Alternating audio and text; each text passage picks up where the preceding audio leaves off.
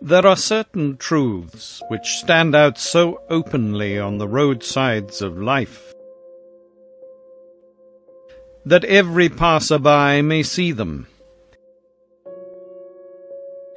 Yet because of their very obviousness, the general run of people disregard such truths, or at least they do not make them the object of any conscious knowledge. People are so blind to some of the simplest facts in everyday life that they are highly surprised when somebody calls attention to what everybody ought to know. All the innumerable forms in which the life urge of nature manifests itself are subject to a fundamental law. One may call it an iron law of nature, which compels the various species to keep within the definite limits of their own life forms when propagating and multiplying their kind. Each animal mates only with one of its own species. The titmouse cohabits only with the titmouse, the finch with the finch, the stork with the stork, the field mouse with the field mouse, the house mouse with the house mouse, the wolf with the she-wolf, etc.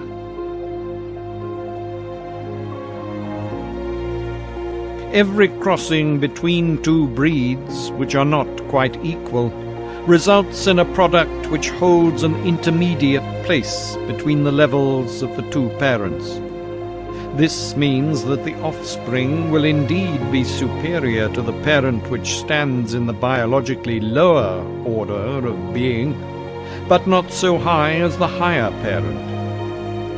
For this reason, it must eventually succumb in any struggle against the higher species. The stronger must dominate, and not mate with the weaker.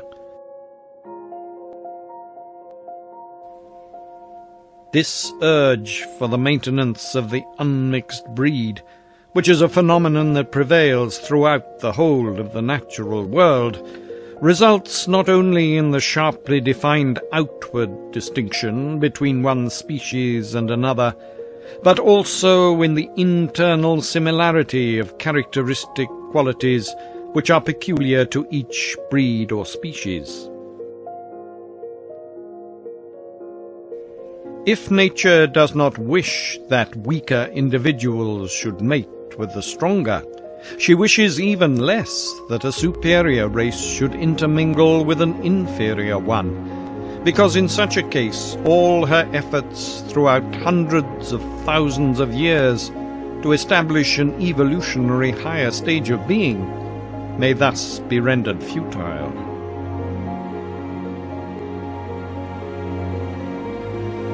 If we review all the causes which contributed to bring about the downfall of the German people, we shall find that the most profound and decisive cause must be attributed to the lack of insight into the racial problem, and especially in the failure to recognize the Jewish danger. By neglecting the problem of preserving the racial foundations of our national life, the old empire abrogated the sole right which entitles a people to live on this planet. Nations that make mongrels of their people, or allow their people to be turned into mongrels, sin against the will of eternal providence, and thus their overthrow at the hands of a stronger opponent cannot be looked upon as a wrong, but, on the contrary, as a restoration of justice. If a people refuses to guard and uphold the qualities with which it has been endowed by nature, and which have their roots in the racial blood, then such a people has no right to complain over the loss of its earthly existence. Everything on this earth can be made into something better, provided always that the racial blood is kept pure. But the loss of racial purity will wreck inner happiness forever. It degrades men for all time to come, and the physical and moral consequences can never be wiped out.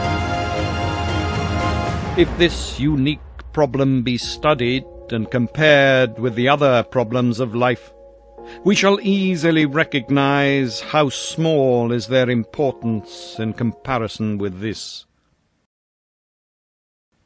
They are all limited to time, but the problem of the maintenance or loss of the purity of the racial blood will last as long as man himself lasts.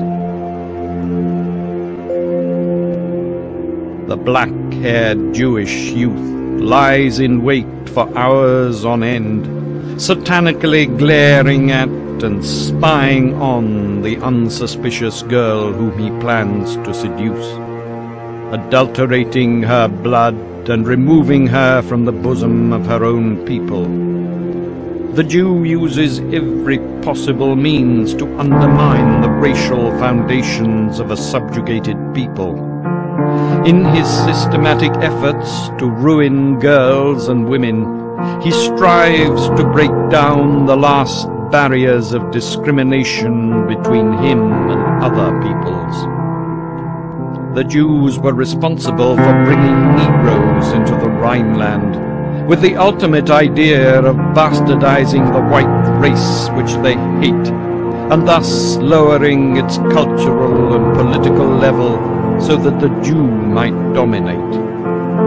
For as long as a people remain racially pure and are conscious of the treasure of their blood, they can never be overcome by the Jew. Never in this world can the Jew become master of any people except a bastardized people. That is why the Jew systematically endeavors to lower the racial quality of a people by permanently adulterating the blood of the individuals who make up that people. The Star of David steadily ascended as the will to national self-preservation declined.